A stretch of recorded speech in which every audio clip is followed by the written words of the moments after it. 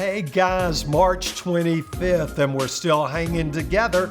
I hope you're accepting that challenge every day to join me as we go through daily insights. If you do not have a copy of the book there in your home, you can always go online and download a digital copy. There's also a copy that's been done where you can get it pre-recorded. And so sometimes for me, I love to be able to listen to something. It just kind of strengthens me. I'm constantly, as I get ready to do a sermon, I will sit there and I will listen to that passage being read, because there's something about reading it and then there's something about hearing it that just strengthens you. So hopefully all of you do have a copy of Daily Insights, and we just keep joining each other every day to encourage each other. That's what God's Word is about. So let me tell you about March the 25th, and the title of it is Guidance from Above, and it's Psalm 67:4. It says, "Oh, let the nations be glad and sing for joy, for you shall judge the people righteously, and you will govern the nations on earth." You know, America is an extraordinarily blessed nation. And when you read the history of America, it's just absolutely phenomenal what God did in the life of this country.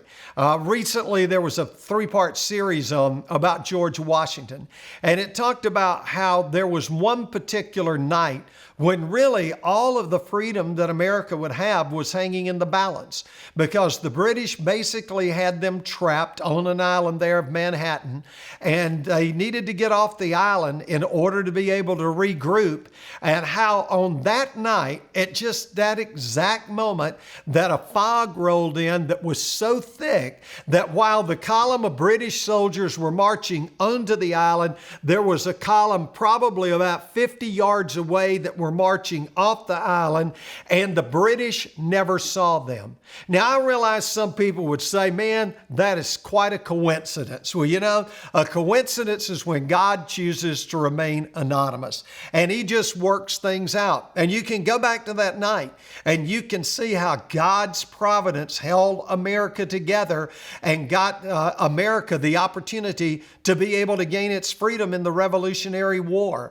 And so all through our history, there have been those moments. All through our history, there were times when it looked like America couldn't make it, whether it was World War I or whether it was World War II, when we were bombed at Pearl Harbor. And when we were bombed, if the Japanese had continued their attack, America would have probably folded. But they didn't know the dire straits that we were in. And again, some people would say, well, that's just a coincidence. I don't believe that at all. I believe that's God taking care of us. And you know what else? I believe God's going to take care of us right now as well. I've watched God direct the path of this country so many different times. I don't have 1 second doubt that He's going to guide this country in the times that we are in right now.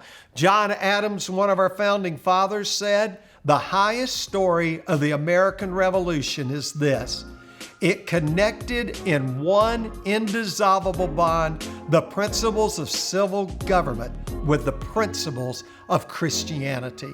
No matter what anyone tells you, this is a nation that was founded upon God, and may God have mercy on our country and lead us through the times that we're in. God bless America.